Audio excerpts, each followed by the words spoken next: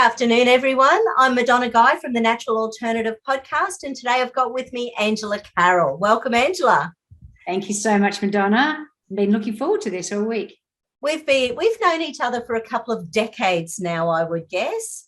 Yeah. So both in natural health, and Angela is a sought-after business, speaking and performance coach, helping natural care practitioners to grow and scale their business without the burnout. I don't think some people believe that's possible. But anyway, it's great, isn't it, to be working in that field.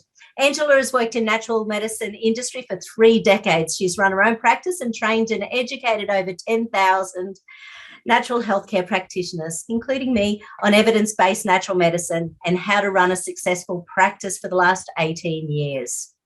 Angela is a qualified naturopath, herbalist, acupuncturist, in addition to being a full-time certified coach and NLP practitioner. Welcome, welcome, welcome. Thank you, Miss Madonna. It's a pleasure. So we've been chatting a little bit about values and for your health and happiness. And so how did you get into this field, and how have you managed to, put your life and your values front and center? That's an interesting question, actually. How did I get into natural medicine to start with? Is actually, I call it divine intervention. So I was having one of those midlife crises about 26. About 26, it's like, what am I going to do? Where am I going to go? What do I want to do next? I didn't want to be in corporate anymore. And the long story short is I did a lot of soul searching and, give me a sign, as we sometimes do. And the sign was I was just lying on my futon one day, not even thinking about this. Actually, I've been quite obsessed about it. And I heard the word naturopath in my head. I heard the word naturopath. It was a male voice. And I saw the word in my mind's eye. Like, those aeroplanes and they've got a banner flying behind them and yes, words on it. You know how it sort of moves with the breeze? It was like that. It was oh, wow. And the crazy thing is I'd never been to a naturopath. I didn't know any naturopaths. I didn't know anyone that had been to a naturopath either. I didn't even know what a naturopath did. Wow, that's amazing. Yeah, I just knew that was my thing to go to, and it was pointed me definitely in the right direction. I've had a great career, and I absolutely love alternative medicine. I love it. Should be. I remember the grandfather of functional medicine, Jeff Bland, saying, love Jeff. It should be called no alternative medicine. It's not alternative medicine, it's no alternative medicine. Very nice. That's funny. Very similar to me, actually. When I moved to Cooktown and my kids were little, they were 1 and 4 years old. And Mum, because I'd stolen her grandkids away from her, she got a rash from head to toe. And her doctors wanted to just give her steroid cream, steroids internally. And one of my aunts sent me a book, which is the Parvo Roller, How to Get Well. And I gobbled up the entire book in like 3 days, and I'd never heard anything alternate in my life. And then pretty much, so I started naturopathy by distance. I'd never met a naturopath. I did my massage course, and I was actually doing massage for a year before I had ever had a massage myself. And I jumped into a kinesiology course, and I had never I'd never had a kinesiology session. Yeah. I know, and you're a brilliant kinesiologist now. Like, seriously, those treatments that I've had with you, next level. It's good fun. I do love it. Yeah. So like you, I just love alternate medicine, and I love sharing that. Yeah, it's good. It's good. Yeah. Okay. So where are you on your little trajectory at the moment then? Yeah. Interesting how life takes you on journeys. And at the moment, I am now coaching natural healthcare practitioners, which is not ever where I thought I would go, not ever where I thought I would be. But what I've found is that through me actually wanting a coach to be better at what I was, a better version of myself, I wanted to do more, wanted to be more, wanted to have more, wanted to give more. And for me to do that, I needed a coach. So that's really, really worked on your beliefs and values are fully happy at the moment. They're fully happy at the moment. Yeah. Fully happy at the moment. You can always tweak them at parts, but it was just through that process of looking for a coach. My journey took me to actually become qualified as a coach, and the natural niche for me to go into was natural medicine practitioners. So mostly it's naturopaths, herbalists, nutritionists predominantly. Yes. And so really supporting them, because it's tough in business. It can be really hard because you work on your own and you have incredibly complex cases, and you can spend easily an hour individually looking at the client, taking that stuff back. It's not unusual for most practitioners to be working at 9 o'clock at night, completely unpaid, doing the reports and putting together all the information. And just, just the struggle through living that kind of life, because it's very, very, I know that the alternative medicine realm gets undermined quite a bit, but if people really knew the science and really knew the level of training that practitioners had, natural healthcare practitioners had, they would just marvel at what they do. It's absolutely. And of course, it's been a huge, well, certainly the last 10 years in Australia, there's been a huge push against us losing our natural health, rebates and that sort of thing for health funds. So it's been, but it does feel like since I've been doing it 27 years, it's been up and down like a jolly yo-yo.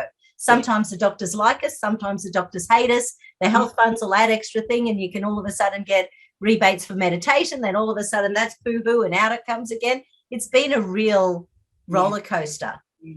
And it's when that happens, that's really demoralizing or damaging for the practitioners, but it also puts seeds of doubt into the general public. And that is my biggest concern, is that when, those seeds of doubt come in, it allows, let's say, more biased opinions along the medical field to come in and to really put pressure on the community to move away from common sense.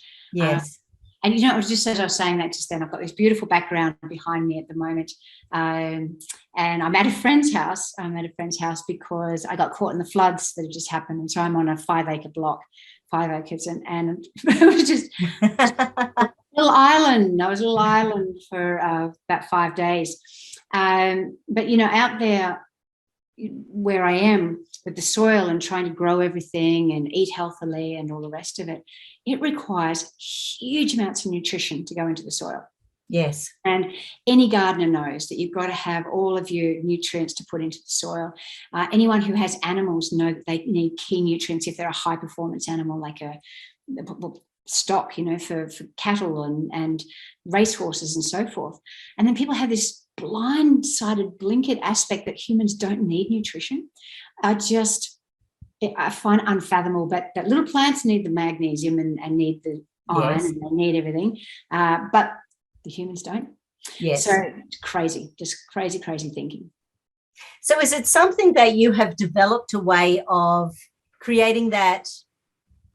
Have you got stories that allow you to tell people, or is that one of your stories that allows people to go, oh, yeah, right, I service my car. I get insurance for my house. Having stories, particularly since becoming a coach, I have to do, I've always done a lot of speaking. So I've been on stage for, as you know, 18 years-ish. Yeah. And over that time, I was doing evidence-based natural medicine and biochemistry and, high-level stuff. Having to tell stories into there was important, but I didn't realize how important it was. And now that I'm actually in coaching, you're taking people from one position where they are in their mindset and their understanding, and you're taking them to a point in the future that's going to serve them better. And telling people what to do doesn't work. No. That you need to do this. Everyone's going, no, I don't. Behave like a teenager, and no, I don't. But to help people to move, to see things they can't see, to see a better way of being, to open their mind to different things. That's stories work. Yes. And you take people on the journey with you when you tell a story, and the stories are endemic to all societies. Yes. Yes. And I do find that I must be an automatic storyteller as well, because it just happens quite naturally. And maybe it's because I sort of, like you, I've got the whole umbrella of treatments that I do. So, you sort of do. So I remember when vitamin D, we got vitamin D back about 10 years ago. Yes. And it's sort of, we hadn't been allowed to prescribe it for some time before that. And they've got this, little magical amount that we're allowed to have. And you do wonder, especially given the last 2 years, how much manipulation there is in the data by government and big pharma, and how much it's manipulating what people believe about their health, what people believe about what their body needs. Because the last 2 years has felt like just a huge onslaught against natural therapies. Yeah, it is. It is. And I honestly believe it's because natural therapies are more effective than pharmaceuticals. And there it is. I have said it out loud in the public. And I honestly believe it's because we are a threat. And the stuff that we can do is far beyond what pharmaceuticals can do. Yes, pharmaceuticals hit hard, they hit fast, and when they hit a target, they can hit it really well. But for general stuff, where most of the population are ailing, most of the population are not coping with stress, not coping with the impact of EMFs around us, not coping with the impact of poor food choices, which I think has also been manipulated, is that they just don't have the solutions. Yeah. Just don't have the solutions. Good for acute, not so good for chronic. Absolutely. And it's one of those things, the more I've learned about how it all started, the whole university system in the States and how it pretty much got taken over, I think the doctors were doing pretty well, before then, in sort of working with humans and sort of knowing the body and working out what they needed to do. And then all of a sudden, big tech, big pharma sort of took over, and it's been a bit of a slippery slope ever since. It has. It's one of those topics that you and I could sit and have a fantastic in-depth conversation around. However, it's a polarizing topic. It is. The polarizing aspect of it is if people are not aware of what's going on, if people are not aware of the absolute extraordinary benefits and impact of natural medicine, then this is going to come at them, as conspiracy, as false, as hooty-fruity, as woo-woo, as whatever you want to call it. Yes. But the fact is that you've got to have those stories. Going back to stories, you've got to have stories to help people to have a greater insight, a greater mindset, a greater awakening of what's around them. And it comes down to education. Yes, absolutely. It comes down to education to start with. My son and I are at altercations at the moment, and I come from a strong faith background, and he's moved away from it completely, to the stage where he doesn't want to educate. I know he's not going to listen to this.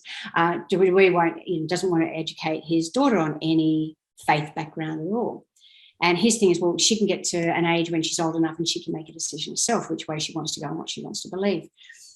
My likening of that is, well, that's like saying, let's not teach her to read or write until she's 16, and then she can say, I'd love to read, Dad. I'd love to write. Can you teach me now?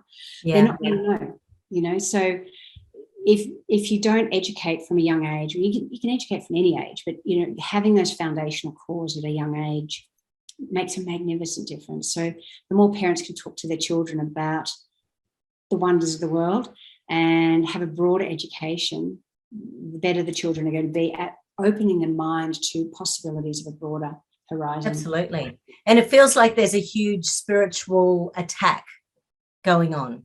So in Victoria, for example, they have passed a law that if parents, they've basically passed a religious law in Victoria, Australia, where if kids don't want to be faith-based, they can sue their parents and parents can go to jail.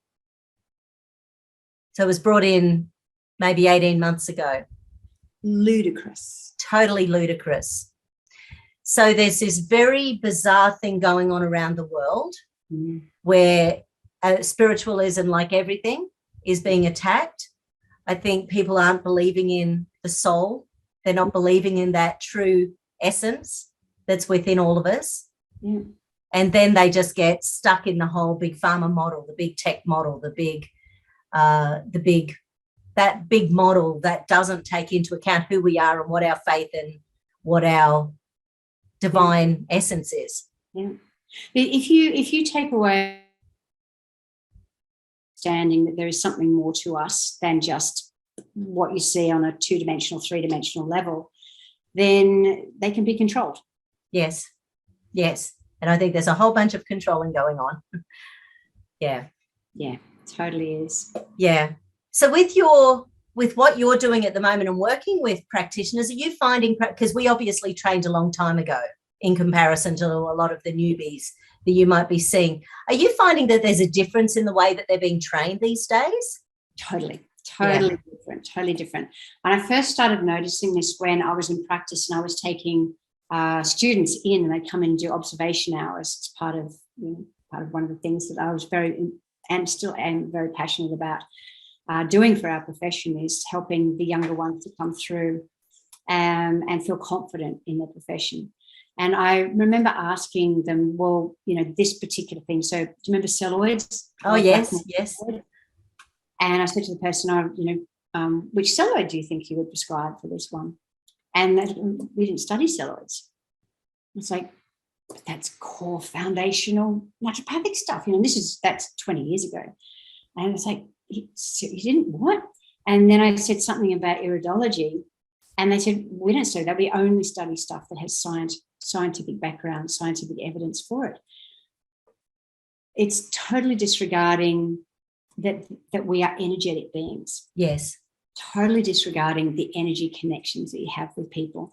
And that to me is crazy, to disregard that and say that doesn't happen, because we do EEGs, we do ECGs in the medical field, and that's measuring electronic pulses coming out of our heart, coming out of our brain. So we are energetic beings. We run with an electromagnetic current through our body at 10 hertz. And when we die, that electric current is no longer there.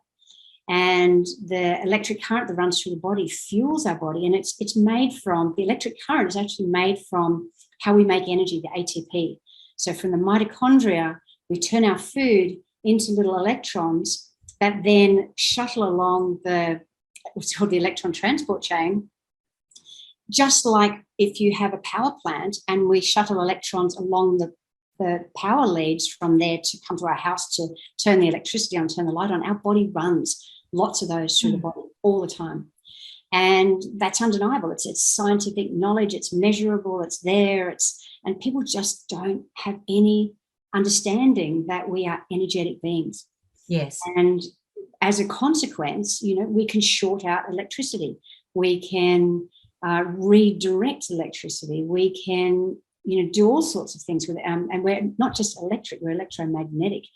And the fields, magnetic fields, are undeniable. Yes. And so, fascinating to actually think that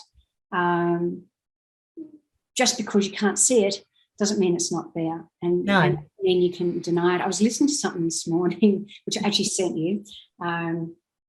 And the man was talking about electric currents and electric fields and so forth, which was fascinating. And something I didn't know is you can take 2 eggs and you can put the eggs together, and depending on whether they're which end of the eggs pointing. And I didn't get to the fridge. I was going to get to the fridge and actually give it a go. But and the eggs will propel each other or attract each other when you put the 2 eggs together at the right point. Right. So, yeah, because they've got a magnetic field around, electromagnetic field around. They're living beings. There was an episode of West Wing and play. Yeah, there was an episode of West Wing where they did something weird with an egg at some stage, where at a particular time, like just say midnight, but there was a particular time where an egg would actually stand up, just for a few. Anyway, it was just sort of funny that, because they were trying to see it, and then of course they all walked out of the room and there was the egg doing its thing. Yeah, right. That's so cool. Yeah, and I think people then don't understand, what sort of blocks that energy in the body. Yeah, absolutely. And those blocks, for that energetic block, one of the biggest blocks for that is stress. Yeah. I always think about fibrinogen, you're stressed, your liver releases fibrin, it's like a sticky substance. It's an acute phase protein. So your liver's going, oh my God, I'm going to die, quick clot. And just in case the tiger pounces, but it doesn't make for great energy traveling around the body. No, it doesn't. It thickens everything up. Absolutely thickens everything up. In traditional Chinese medicine, and acupuncturist as well, traditional Chinese medicine, stasis, stagnation, we talk about it. Yes. And people know that because they feel heavy, they feel, like they're filled with lead, their legs don't work easily, but they don't have a solution for it. No. They're getting that energy flowing with everything we know. It's like sunshine, it's exercise, it's taking those supplements and help the blood to flow. And I know with your acupuncture, you'll have different terminology for that as well. But it's all the same stuff. It's about getting things moving and increasing energy in the body so that the cells can thrive and live beautifully. Yeah. Well, that's a nice thought, isn't it? Our cells living beautifully. Yeah, I've been listening a lot to Dr. Lipton again recently. I love him. He's such a gorgeous little human being. And he talks about how back in the late 60s, he was the first person on the planet doing stem cell research. So he was cloning stem cells. And so he had like 3 petri dishes. And it was when they were trying to push the whole thing that everything's genetic. And then he did, and I can't remember what he did, but he did 3 different things to the stem cells and they all changed. And he said, well, that can't be right. If I'm changing the environment and the stem cells are changing, that means it can't be in the genes because I've changed the environment. So therefore, he believed in epigenetics back in the late 60s. Yeah. And he's been pushing it uphill ever since. He said they're still pushing the genetic as the number one thing in the body now. Yeah, it's interesting, isn't it? My understanding is that what we see in mainstream is around 30 years behind what's actually really happening.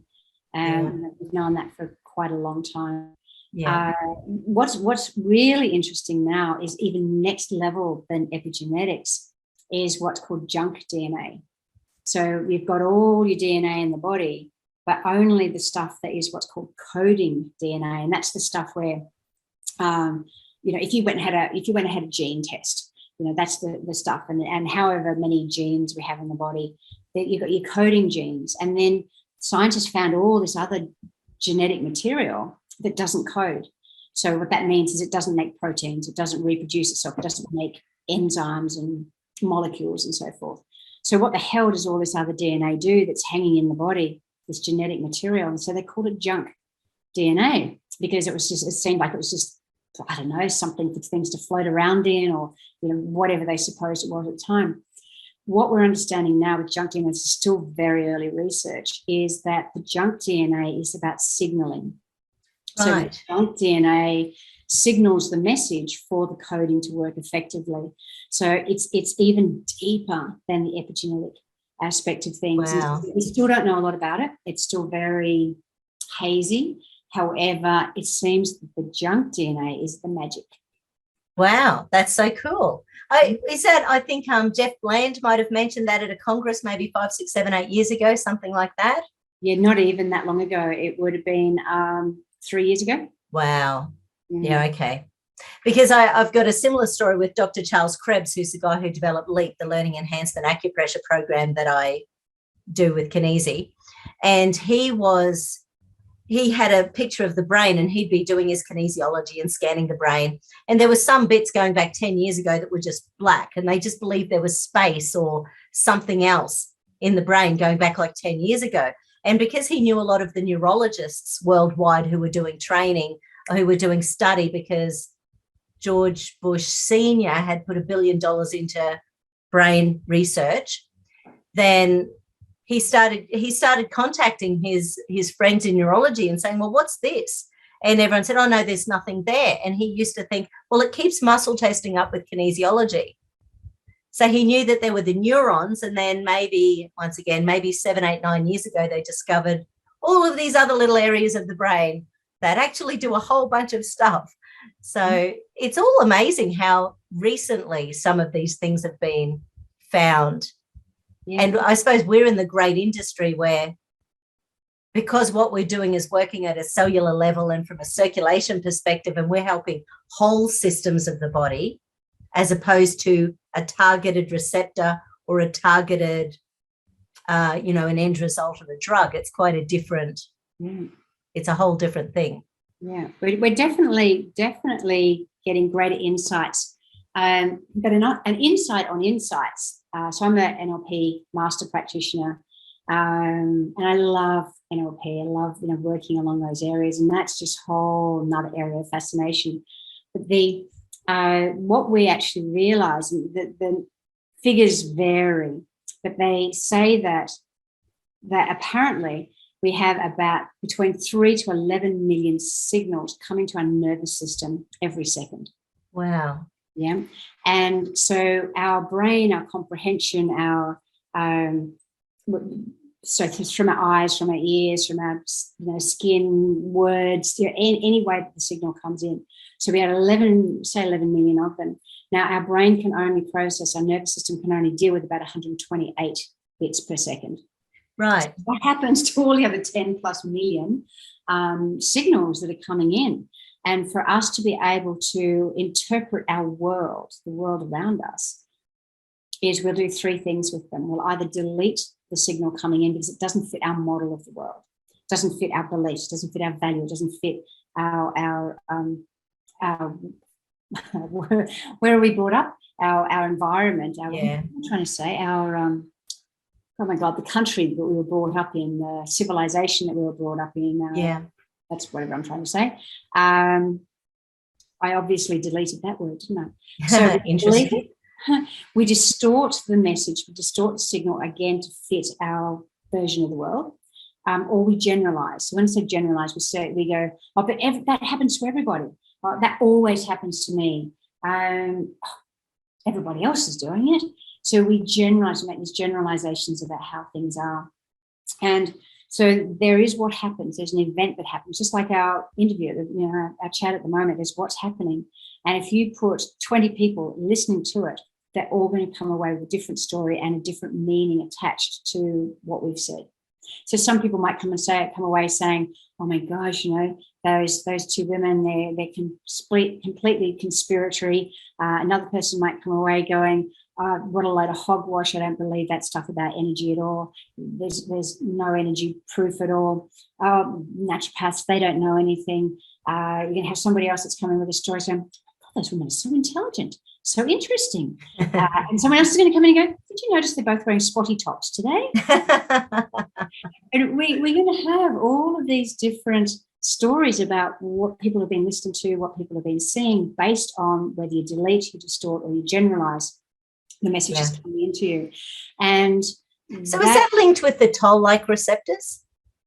Are they separate? It's the stories that you tell yourself that you believe. So when we're born, and going back, I don't know how much detail you want to go into here, but when we are born, our brain is growing neurons just out of control. It's just like stuff happening. It's so much growth.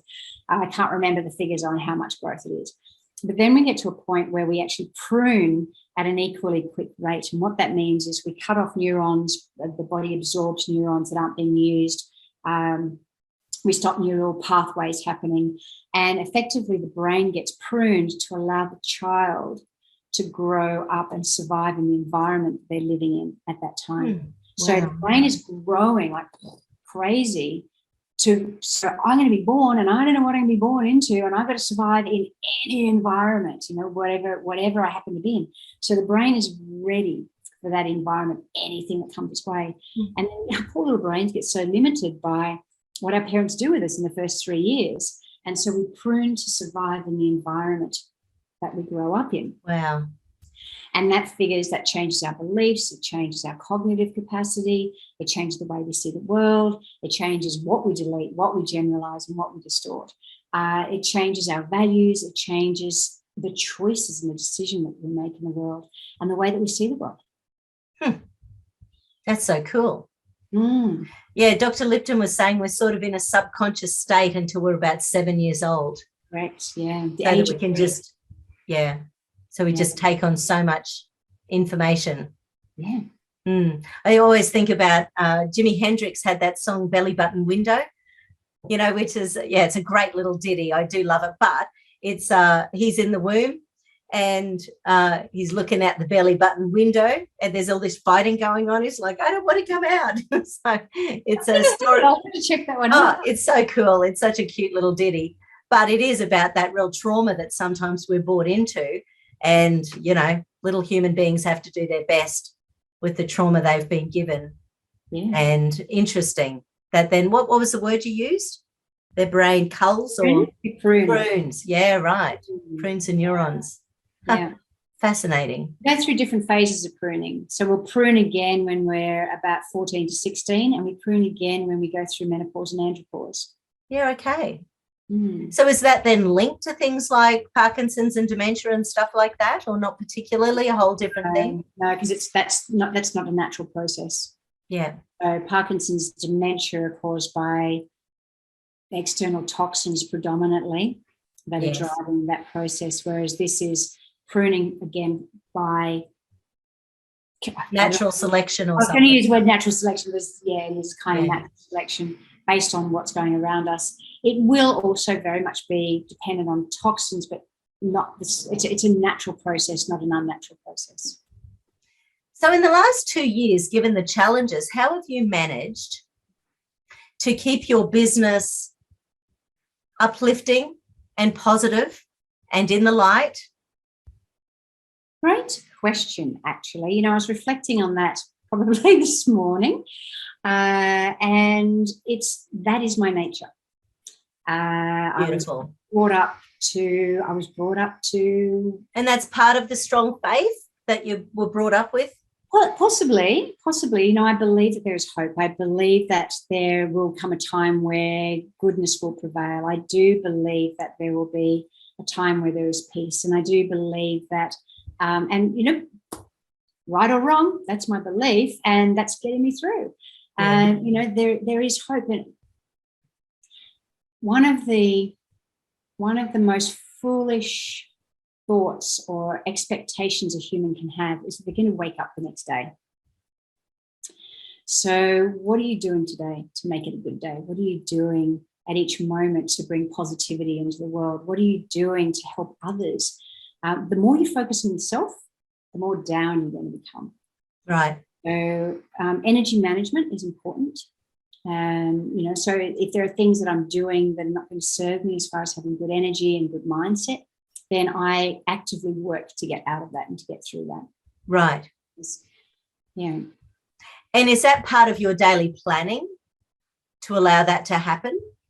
Do you find yourself in spaces that you have to then consciously get out of? Yeah, there are. I definitely have to, I can, like anybody else, you go through the ups and downs, but I don't allow myself to stay in a down, and I don't allow myself to hang out with people who are bringing me down either. Yeah. So, at times in life we just have to cull people or minimize the people that we hang around with because of what they bring into our life. Yeah. So constantly knowing that you're supported, that there are people out there for you. And yes, you might feel alone, you might feel lonely, or whatever it is you want to call it. There's always someone. Yeah. You can go and read an inspirational book. You can, for me, I know the worst thing I can do for myself is not exercise on a regular basis. Right. Yeah. So, people don't understand the power of it. Do you remember when Dr. Flavio Catigiani spoke at the Congress? Love him. And at the time, I can't remember, but there must have been 2,000 plus double-blind placebo studies on exercise and the benefits, which is no surprise. Like, no one should be surprised that it's beneficial for the whole body and the microbiome and the brain and, for regenerating, organs that are starting to fall apart. But he was just such a little dynamo. He was great. He was amazing. For anybody that doesn't know him, he's been about 6 foot, 6'1", but he is stocky. He's just one of these. He's like all muscle. All muscle. It's like those prize bulls that you see at the show, and he's just all muscle. He's Brazilian, and seeing him move, like seeing him with salsa, seeing him in dance is just phenomenal. He can really move. It's quite an agile man. But the muscle, that he has is quite profound. And that, again, coming back into energy. So yes. The more muscle you have, the more mitochondria you have, because your mitochondria predominantly hang out in all tissues, but they're predominantly concentrated in your muscle, anywhere we need energy. And so having large amounts of muscle mass actually makes you more resilient to stresses in life because you have more energy to be able to overcome them. Yeah. And so Flavio was so fabulous, just his ability to just keep on going and keep going through life. Yeah. And do you remember his story? Like, his story was something along the lines of when he was 16 or 17, he was a chubby, chronic fatigued kid, and there was nothing wrong with any of the bloods that they'd done, and he'd been trying to find a solution. So he was a bit of a doogie howser. So he did the whole, became a doctor, became an endocrinologist, and he was already, because I'm sure he was only 33 or 35 or something when we met him, and maybe 33. And he was already published. He was already this dynamo in endocrinology. But in the same way we're talking about stress, he would say, well, if a man comes into me and they've got libido issues, then I say, do you love your wife? And he wasn't, you weren't allowed to ask that question. He said, well, of course you're going to have issues with your libido if you're not attracted to your partner. Yeah. So he said that they weren't taught to ask emotional questions, or they weren't taught to think anything other than, what's a testosterone? How's everything going? And he really pushed that as one of those things. We've got to look at the whole body. We've got to look at the mental health, the stress, he was adorable. He was. He signed He hasn't passed. He's still around. Flavio Cadigiani, if you need to look it up. Yeah, he actually signed the Rome Declaration a month or two ago. I saw his name on there. He was about 10th from the top. I'm like, yay, I know someone in there. That was a bit exciting. Yeah. So moving forwards, if you were to give people 3 bits of advice to get them moving forward, adding that love, light, happiness, energy to their life, what would your 3 big tips be? Honestly, right now, I would say get a coach that can actually take you through that, a mindset coach, a relationship coach, a finance coach, a health coach, whatever that would be. And that could be for you seeing a naturopath or a nutritionist or a herbalist as well, or a kinesiologist. Having somebody in your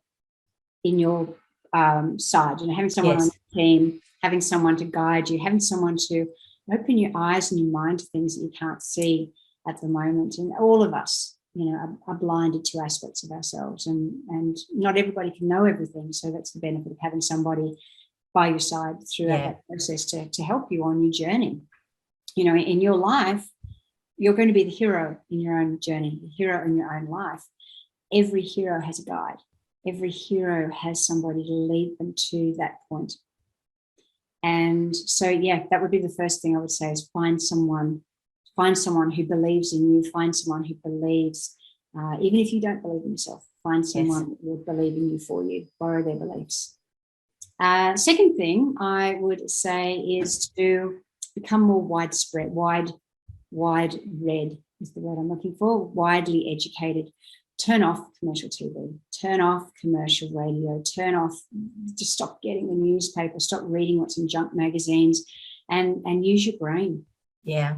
If you're getting an inclination that there's something else out there, if you're getting an inclination that maybe things aren't right, if you're getting an inclination that perhaps you might need to make some changes, follow that urge. Follow that urge, no matter where you think it's coming from. Start to question. I love that. Question everything. Yeah. Yes. Question everything. Yeah. And I think maybe you touched on it, a daily practice of positivity. Yeah. Whether that's gratitude journaling, whether it's giving yourself a little slap in the face. It's like, come on, get it together. And I loved your, what if today is the last day on the planet? What are you going to do to add some love and light to your world? How are you going to fill your cup today? You just don't know. It's a real possibility. There is a number, that however many people that just don't wake up in the middle of, wake up the next morning, there is actually a number for those people, and it's quite large. So, yes, is tonight your night? Yeah, and I think people, especially once we hit that, the big 50, and onward, it's been interesting this year just watching how people have coped with the stress of the last 2 years, what's happening in their bodies, what's happening in their minds, and whether they've gone, okay, I'm just going to pay attention. I'm going to reach for the stars, I'm going to live my dreams and move forward with my goals, or those ones who have just gone downhill and they just haven't been able to get out of their own way. Yeah. And there's a lot of that going on as well. There is. And it's, the understanding that life happens for you, not happens to you. So take control of the reins, get out there and ride your own horse into the sunset and have a fabulous life. But just take control. I know you're incredibly busy. Do you have space for clients in your coaching world? Thank you. Yes, I do. It's by application only. Yes. But definitely do for my natural healthcare practitioners, whoever they be. Anybody that works in that field from a professional perspective, they can come into my Facebook group. I do trainings in there. They can come into my coaching groups. They can join the groups in there. I do free trainings almost every month to help practitioners to be more successful at what they do and manage their time, stop procrastinating and stop the overwhelm. So I do that. So they could join in there. The Facebook group is called Loving My Natural Healthcare Practice. Beautiful. Healthcare practice. You can find me on social media as well. Now, is that only for naturopaths or is it for anyone naturally? Anyone in natural medicine. Okay. Yeah. Natural medicine, if they want to do that, or anyone that runs a practice. Yeah. So the techniques that I teach are practice.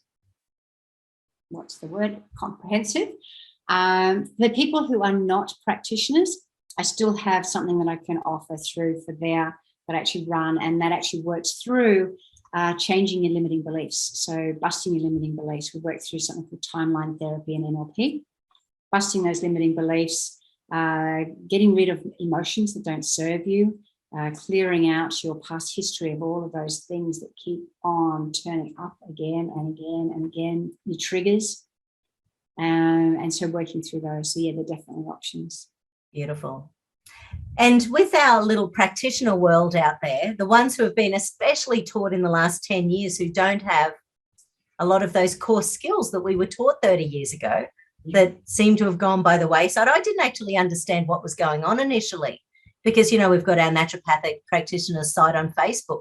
And I was listening to the questions and thinking, what's going on here? And it took me a little while to work out that we've basically transferred the natural model or the big pharma model on top of our naturopathic model. We have. So there's a lot of the loss of that real core knowledge about how the body works, those things we can do to change ourselves as energetic beings, those like even things like the eyebrows, thinning as we get older being a thyroid sign. I heard they're not teaching any of those things anymore. The shapes of the fingernails, skin tone, tongue, pulse, apart from us do Chinese medicine and it's specific for that. They're not teaching any of that at all. When I went through college, we learned to read faces. So, I can look at somebody's face and I can go, I can see this is happening. I can see that's happening. Looking at the body, how people walk, how people move, tells people about the body. You smell, how people smell, sounds awful. Smells tell you a huge amount about the state of health of the body. So for those practitioners who want to do more, there are actually courses out there. There are people who are traditionally trained who run courses, and I've got a couple of those are actually clients of mine at the moment. And so they're also more than willing to jump onto those courses and get trained on the next level of things too. Yeah, beautiful. And I think when I finished my naturopathy 25, 6, 7 years ago, whenever it was, I'd moved down to Brisbane, and it wasn't until I went to my very first metagenic seminar one day, and can't remember his name, but I'm sure you know who it would have been, was up there talking, and I was like, oh my gosh, I know nothing. I just finished a 3-year course, and just the biochemistry and the fun that it was delivered with, I was like, holy moly, there's a whole other world out here again. So I felt like that I left, but then that was the beginning of my training, and off we went again. So you never stop learning. We should never stop learning. Never assume we know everything. There's always more to learn. That's the most difficult to deal with practitioners are the ones who have freshly graduated and think they know everything, or 2 years in they think they know everything at that stage, and it's not until they get to about the 3-year mark when they realise they still don't know everything. not expected to know everything. You know, that's what research is for. The training is about teaching you how to put the pieces of the puzzle together, how to recognize what's going on, how to recognize the signs and understand the functionality of the body. I remember being running a seminar. There would have been over 200, 250 practitioners at it on the Gold Coast quite a few years ago now. And there was a doctor in the audience. It was a seminar on allergies. And there was a doctor in the audience. And he came up to me afterwards and he said, why aren't doctors taught this stuff? Why are medical professionals? Why do we not know any of this stuff? And natural healthcare practitioners see the world through a different view, a different perspective, a different lens. Right or wrong, it's still a lens that is incredibly comprehensive. Yes. And I remember being at a live blood update one year, and there was a hematologist who spoke. Yeah. And it wasn't until they had, I think it was a woman, and I don't think she had ever seen live blood until she did the course. So she was like, this is what's going on. She was talking about leaky gut and the liver signs and hypersecretory platelets. And it was sort of, I'm listening going, what do you learn as a hematologist? Yeah. So it was once again, it's a real interesting look from someone's perspective who's incredibly well researched and knowledgeable, but they don't have that basic stuff that is core naturopathic truths. Yeah, truth's a good choice of words. Truth. Yeah. Beautiful. Yeah, and if you find a naturopath you love, stay with them. Yes, absolutely. And that's what I've been telling everyone the last 2 years. Find your tribe. You will know at this time in the planet who is in your tribe and who isn't. You need to stick with those people who you are resonating with now, who's feeding your soul, who's looking up with you and allowing you to live your light. Yeah, beautiful. Well, next thing I'd love to do is I'd love to learn to play a musical instrument. That would be that would bring music that would bring a little extra light into my world. Either that or find someone to live with who's got. I bought a purple guitar in January, and so far I've sort of opened it up a couple of, I've sort of played a few bits, but I'm still getting there. I do it until my fingers hurt, and then I don't play it again for another week. But it doesn't take long. No, it doesn't take long when you're green. Yeah, so that's right. So I agree, the old music, amazing. And I sort of did that, especially going back 18 months ago when I was looking at everything moving on, thinking, how's this all going to play out? Do I need to create my own music, moving forwards? If there's a whole divide that goes on for too much longer. But absolutely. Great. Well, I'm so glad you're okay with the floods. So when do you get home? Well, I'm hoping I'll have electricity back on tomorrow night. So it'll be a full week with no power. Wow. As you can imagine, the state of my fridge and freezer is not delightful. Yes. Well, hope it all goes very well. Thank you. Well, thank you so much, Angela. It's been lovely having you on The Natural Alternative, and I'm sure we'll do it again. I'd love to do it again. It was my pleasure, and I don't even know that we actually got to all the things we were going to talk about. So there's still heaps more to do. Heaps more to do. Beautiful. Have a great day. So good having you all with us today, and we'll talk again soon. Take care.